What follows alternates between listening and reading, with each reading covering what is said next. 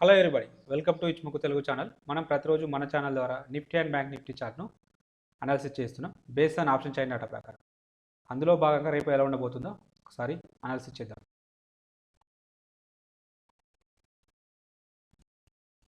ముందుగా నిఫ్టీ యొక్క ఇంట్రాడే చార్ట్ను అనాలిసిస్ చేసినప్పుడు నిన్నటి సిపిఆర్తో పోల్చుకున్నప్పుడు ఈరోజు లోయర్ వాల్యూ సిపిఆర్ రావడం జరిగింది. బట్ ఎక్కడ ఓపెన్ కావడం జరిగింది? సిపిఆర్ కింద ఓపెన్ కావడం జరిగింది. సో అది కూడా గ్యాప్ డౌన్లో ఓపెన్ కావడం జరిగింది. హెవీ గ్యాప్ డౌన్లో ఓపెన్ కావడం జరిగింది. ఈ గ్యాప్ డౌన్లో ఓపెన్ అయినప్పుడు మనం జనరల్గా గ్యాప్ ఫిల్లింగ్ జరుగుతుందని చెప్పి మనం చాలాసార్లు డిస్కషన్ జరుగుతుంది. ఇంత గ్యాప్ డౌన్ తోటి ఓపెన్ కావడం జరిగింది కాబట్టి ఈ గ్యాప్ ఫిల్లింగ్ జరగడానికి పాసిబిలిటీస్ ఉంటుంది. కాబట్టి మన వ్యూ ఎప్పుడు కానీ బుల్లిష్ ఉండడానికి ప్రయత్నం చేయాలి. సో బుల్లిష్ ఉండడానికి ప్రయత్నం చేస్తే మన స్ట్రాటజీలో డిస్కషన్ చేసుకున్నాం. సిపిఆర్ రివర్సల్ స్ట్రాటజీ ఉంటుందని చెప్పి మనం డిస్కషన్ చేస్తున్నాం. పర్టికులర్గా ఎప్పుడైనా గ్యాప్ డౌన్లో కానీ గ్యాప్ అప్లో ఓపెన్ అయినప్పుడు ఈ సిపిఆర్ రివర్సల్ స్ట్రాటజీ అయితే వర్క్ అవ్వడానికి పాసిబిలిటీస్ ఉన్నది. సో మనం ఎలాగూ 15 మినిట్స్ వరకు ట్రేడ్ తీసుకోము. ఇక్కడ తీసుకుంటే మనకు కొంచెం మన రిస్క్ అనేది ఎక్కువ అవుతుంది. కానీ కాన్ఫిడెన్స్ తోటి ఉన్నప్పుడు మాత్రమే ఈ ట్రేడ్ అనేది ఇక్కడ వరకు వెళ్తుందని మనకు హోప్స్ ఉంటేనే తీసుకుంటాం, లేకపోతే లేదు. అంటే ఎక్కువ సందర్భాల్లో గ్యాప్ ఫిల్లింగ్ చేయడానికి మాత్రం పాసిబిలిటీస్ ఉంటాయి. సో ఇది ఇక్కడ దగ్గరలోనే సిపిఆర్ ఉంది. మరి సిపిఆర్ బ్రేక్ చేస్తుందా, సిపిఆర్ నుంచి రివర్సల్ వస్తుందా అని చెప్పి మనం కొంచెం డైలామాలో ఉండడానికి కూడా పాసిబిలిటీస్ అయితే ఉన్నది. సో ఈ సందర్భంలో మనకు కన్ఫర్మేషన్ ఎంట్రీగా దీన్ని యూజ్ చేసినట్టయితే, ఇది మన యొక్క క్యామరిల్లా పైవట్ని యూజ్ చేసినట్టయితే మనకి ఇంకా క్లారిటీ రావడం జరుగుతుంది. 1 సెకండ్.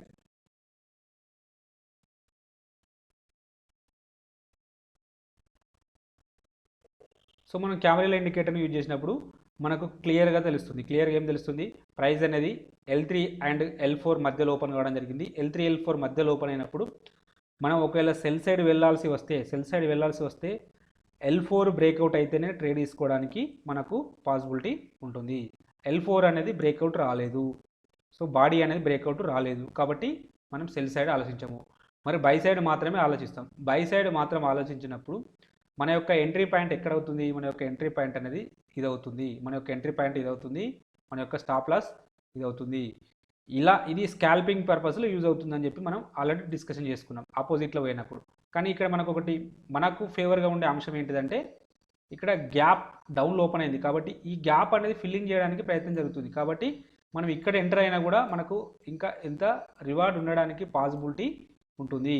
సో ఈ సందర్భంలో మనకు క్యామరిల్లా ఇండికేటర్ను యూజ్ చేసినట్టయితే మనకు L3 పైన ఆపోజిట్ సైడ్లో బ్రేక్అవుట్ అయింది కాబట్టి బై చేసుకుంటాం. బై చేసుకొని అది కూడా అంటే మనం డిస్కషన్ చేసిన స్ట్రాటజీలో స్కాల్పింగ్ పర్పస్లో యూజ్ చేస్తాం. కానీ ఇక్కడ మనకు ఒక ఫేవర్ అంశం ఏంటిదంటే, గ్యాప్ డౌన్లో అంటే గ్యాప్ అనేది ఉన్నది కాబట్టి గ్యాప్ ఫిల్లింగ్ చేయడానికి పాసిబిలిటీస్ ఉంటాయని చెప్పి హోప్స్ తోటి టార్గెట్ అనేది ఎక్కువ పెట్టుకోవడం జరుగుతుంది. సో మన యొక్క టార్గెట్ అయితే అచీవ్ కావడం జరిగింది. అలాగే ఇక్కడ నియర్లీ H3 ఉన్నది కాబట్టి H3 వరకు వెళ్ళడం జరిగింది. సో ఇలా 1:2 అయితే రావడం జరిగింది. ఇలా 2 ఇండికేటర్లు యూజ్ చేయడానికి ప్రయత్నం చేయండి. ఇక సప్లై డిమాండ్ ట్రేడింగ్ గురించి మాట్లాడుకున్నట్టయితే, నిన్న మనం ఒక సప్లై జోన్ అయితే మార్క్ చేసుకున్నాం. డిమాండ్ జోన్ అయితే డౌన్ సైడ్లో మార్క్ చేసుకున్నాం.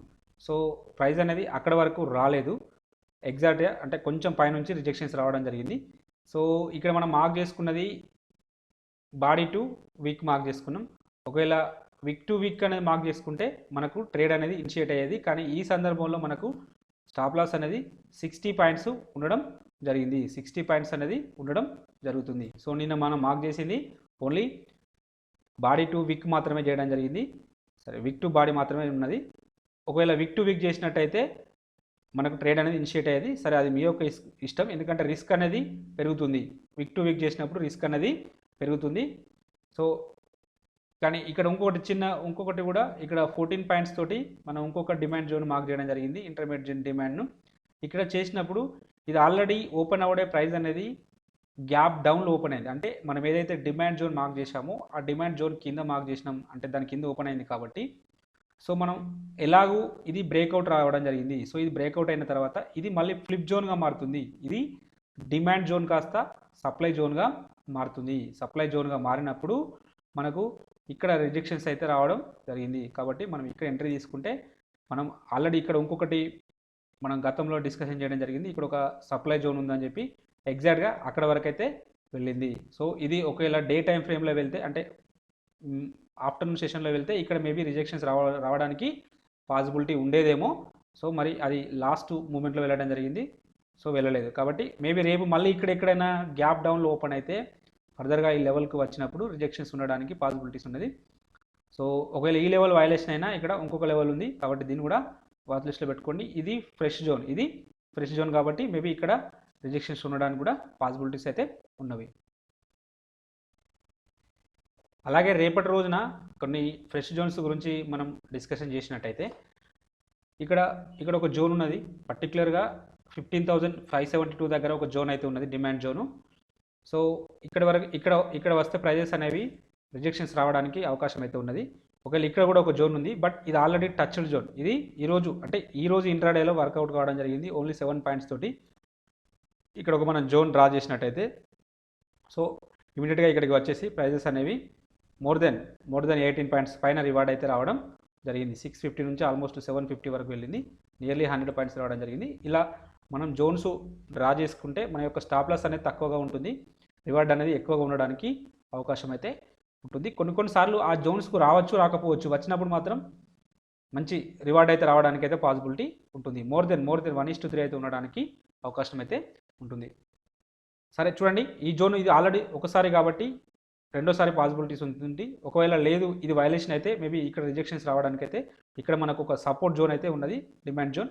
ఇక సప్లై జోన్ గురించి మాట్లాడుకుంటే ఆల్రెడీ ఈ లెవెల్ అనేది బ్రేక్అవుట్ అయింది అనుకోండి. ఇక్కడ ఒక జోన్ ఉన్నది, ఇది బ్రేక్అవుట్ అయితే ఇక్కడ ఒకటి ఉన్నది. కాబట్టి ఈ రెండు జోన్స్ను కన్సిడర్ చేయండి.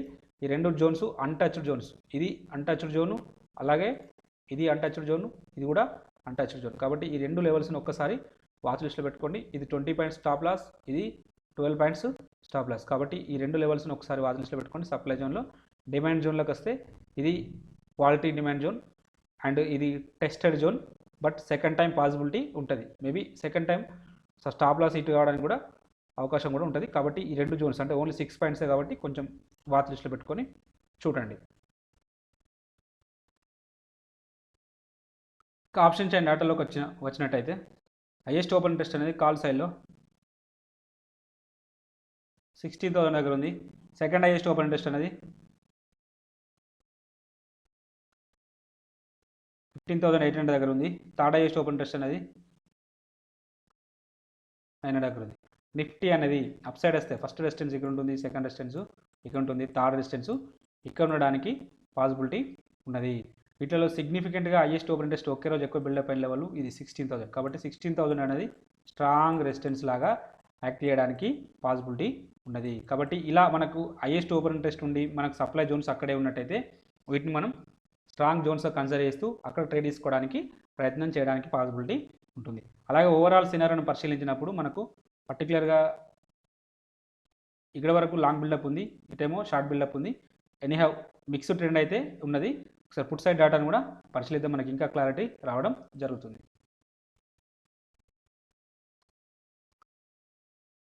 పుట్ సైడ్ డేటాను పరిశీలించినట్టయితే హైయెస్ట్ ఓపెన్ ఇంట్రెస్ట్ అనేది 15,500, సెకండ్ హైయెస్ట్ ఓపెన్ ఇంట్రెస్ట్ అనేది 15,600, థర్డ్ హైయెస్ట్ ఓపెన్ ఇంట్రెస్ట్ అనేది సో 15,400. నిఫ్టీ అనేది డౌన్ సైడ్ వస్తే ఫస్ట్ సపోర్ట్ ఇక్కడ తీసుకుంటుంది, అది బ్రేక్అవుట్ అయితే ఇక్కడ తీసుకుంటుంది, అది బ్రేక్అవుట్ అయితే 15,400 దగ్గర తీసుకోవడానికి పాసిబిలిటీస్ ఉన్నది. వీటిలో సిగ్నిఫికెంట్గా ఒకే రోజు హైయెస్ట్ ఓపెన్ ఇంట్రెస్ట్ ఎక్కువ బిల్డప్ అయిన లెవెల్ కాబట్టి ఇది 15,600 అనేది స్ట్రాంగ్ సపోర్ట్ లాగా యాక్ట్ చేయడానికి పాసిబిలిటీస్ ఉన్న లెవెల్. అలాగే ఓవరాల్ సినారియోని మనం పరిశీలించినప్పుడైతే చేంజ్ ఇన్ ఓపెన్ ఇంట్రెస్ట్ అనే కాలం ఇంక్రీజ్ అవుతూ ఉంది, ప్రైజెస్ అనేవి డౌన్ఫాల్ వస్తూ ఉన్నాయి. కాబట్టి షార్ట్ బిల్డప్ జరిగింది అంటే పాజిటివ్ ఉంటుంది. పుట్ సైడ్లో షార్ట్ బిల్డప్ జరిగింది అంటే పాజిటివ్ ఉంటుంది. సో రేపటి రోజున నిఫ్టీ అనేది అప్ సైడ్ వెళ్ళడానికి పాసిబిలిటీస్ ఉన్నది. కాబట్టి ఇందాక మనం డిస్కషన్ చేసిన రెసిస్టెన్స్ లెవెల్స్ను ఒకసారి అంటే వాచ్ లిస్ట్లో పెట్టుకోండి.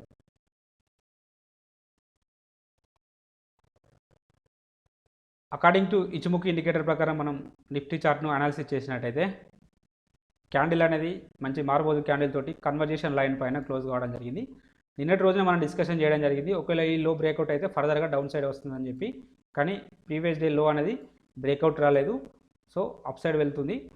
ఎనీహౌ ఒకవేళ అప్ సైడ్ వెళ్తే ఇక్కడ వరకు వెళ్ళడానికి పాసిబిలిటీస్ ఉన్నది. ఇక్కడ ఒక స్ట్రాంగ్ సప్లై జోన్ అయితే ఉన్నది. మేబీ ఇక్కడ 16,000 నుంచి 15,900 మధ్యలో ఒక సప్లై జోన్ అయితే ఉండడం జరిగింది. మేబీ ఈరోజు 15,746 దగ్గర ఉన్నది. కాబట్టి మేబీ వెళ్తే 900 వరకు వెళ్ళి అక్కడ నుంచి రిజెక్షన్స్ రావడానికి కూడా పాసిబిలిటీస్ ఉన్నది. వన్స్ ఈ 900 అనేది లెవెల్ బ్రేక్అవుట్ అయితే ఫర్దర్గా కొత్త హైస్ ఫామ్ చేసుకుంటూ మళ్ళీ ఈ జోన్ అనేది ఈ సప్లై జోన్ కాస్త డిమాండ్ జోన్గా మారి మళ్ళీ ఇక్కడ నుంచి అప్ సైడ్ కంటిన్యూ చేయడానికి అయితే పాసిబిలిటీస్ ఉన్నాయి. ప్రస్తుతానికైతే 15,900 అనేది strong resistant zone. Support zone వచ్చేసి ఇదే మనకు సపోర్ట్ జోన్ అవుతుంది. 15,400 అనేది స్ట్రాంగ్ సపోర్ట్ జోన్ అవుతుంది. అది బ్రేక్అవుట్ అయితే ఫర్దర్గా ఇక్కడ వరకు వస్తుంది. 15,200 వరకు రావడానికి పాసిబిలిటీస్ ఉన్నది. చూద్దాం అప్ సైడ్ అయితే వెళ్ళడానికి అయితే పాసిబిలిటీస్ ఉన్నది. ఒకసారి అవర్లీలో కూడా చూద్దాం.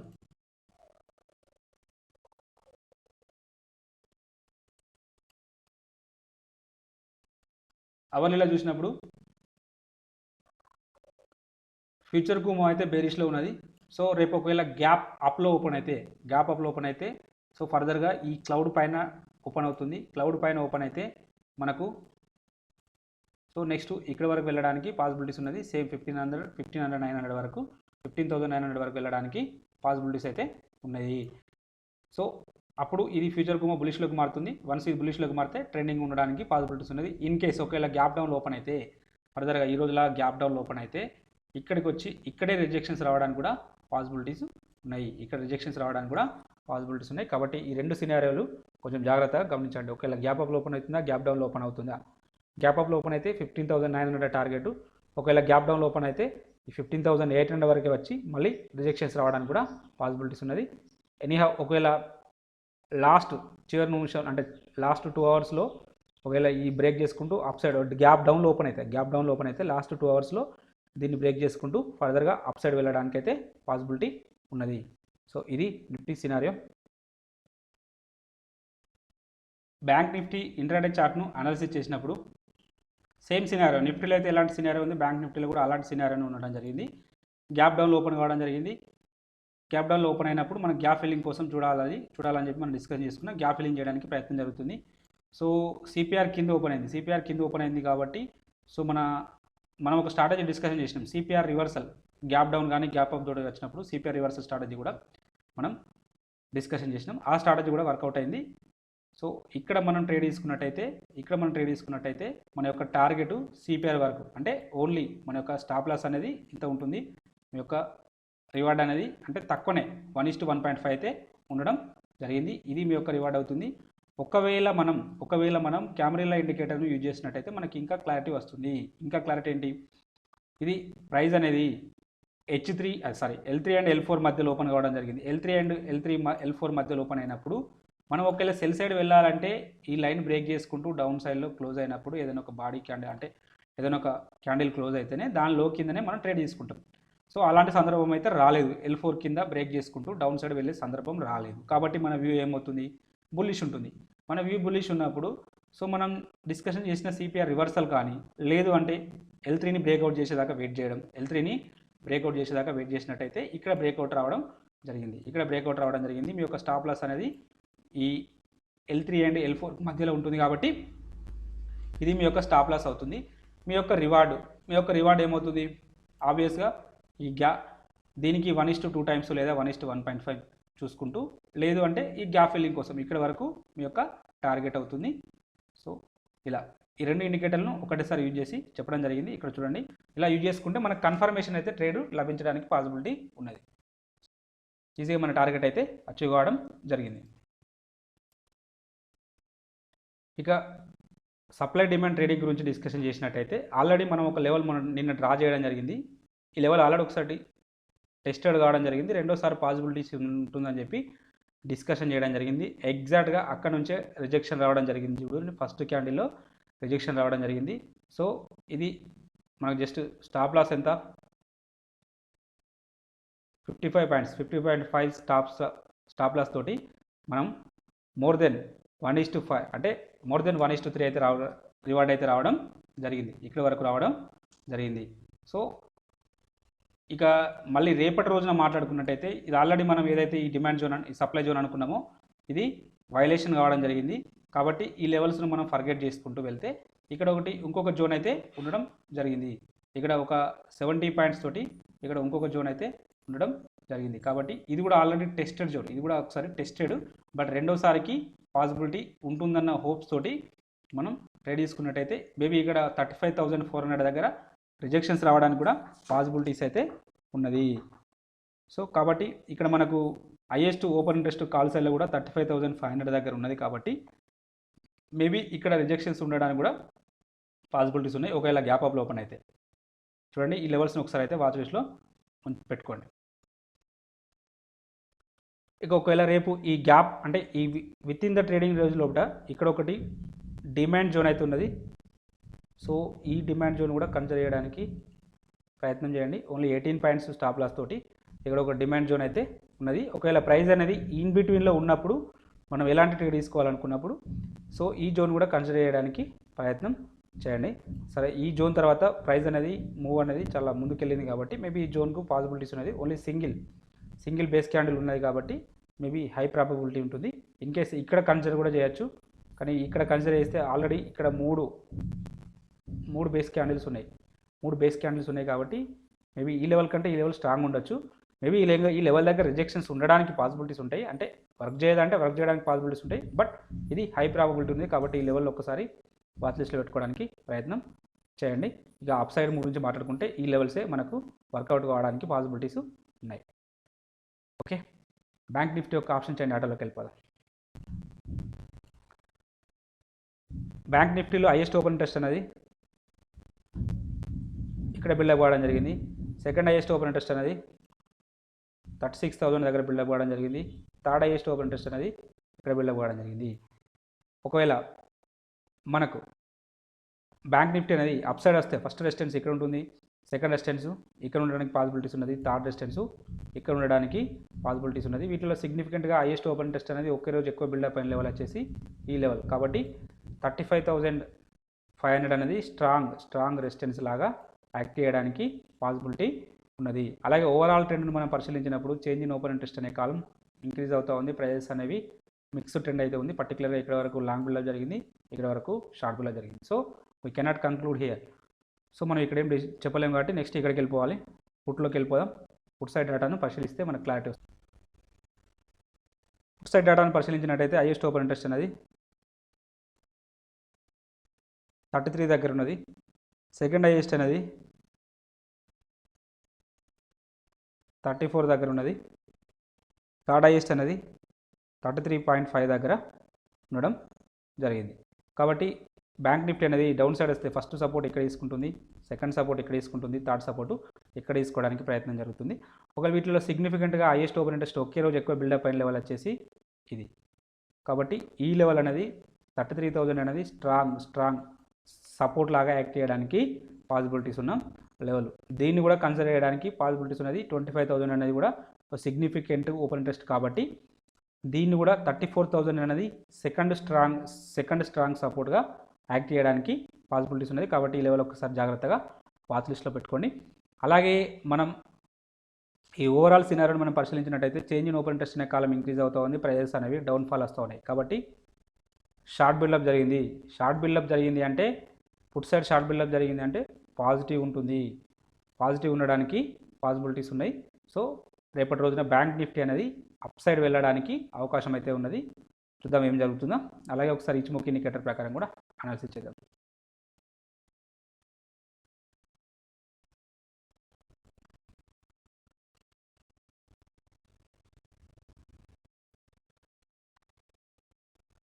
అకార్డింగ్ టు ఇచ్చుముఖి ఇండికేటర్ ప్రకారం క్యాండిల్ అనేది కన్వర్జేషన్ లైన్ పైన క్లోజ్ అవ్వడం జరిగింది. సో బులిష్ ఉండడానికి పాసిబిలిటీస్ ఉన్నది. ఇక్కడ ఫ్యూచర్కు మోర్ రైజింగ్ అవ్వడానికి అవకాశం అయితే ఉంది. స్పాన్ రైజింగ్ అవుతా ఉంది కాబట్టి అప్ సైడ్ వెళ్ళడానికి అవకాశం అయితే ఉంటుంది. ఇక్కడ బేస్ లైన్ కూడా రైజింగ్ అయింది కాబట్టి డెఫినెట్గా అప్ సైడ్ వెళ్ళడానికి పాసిబిలిటీస్ ఉన్నది. ఒకవేళ అప్ సైడ్ వెళ్తే ఈ రీజన్ వరకు వెళ్ళడానికి పాసిబిలిటీస్ ఉన్నది, 36,000 వరకు వెళ్ళడానికి పాసిబిలిటీస్ ఉన్నది. సో మనకు హైయెస్ట్ ఓపెన్ ఇంట్రెస్ట్ కూడా అక్కడే చూపెడుతుంది కాల్ సైడ్లో. సో కాబట్టి అక్కడ వరకు వెళ్ళడానికి అయితే పాసిబిలిటీస్ ఉన్నది. అక్కడ ఏమైనా రిజెక్షన్స్ రావడానికి అవకాశం అయితే ఉంది.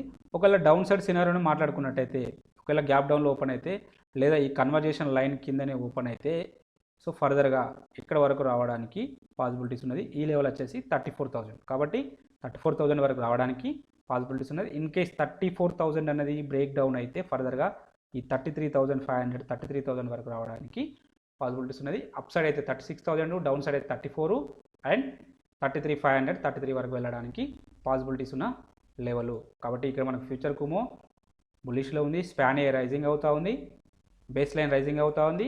ఎక్కువ శాతం అప్ సైడ్ మన వ్యూ అనేది అప్ సైడ్ ఉండడానికి పాసిబిలిటీస్ ఉండాలి. ఒకసారి అవర్లీలో కూడా చూద్దాం. అవర్లీలో కూడా చూస్తే మనకి ఇంకా క్లారిటీ రావడం జరుగుతుంది.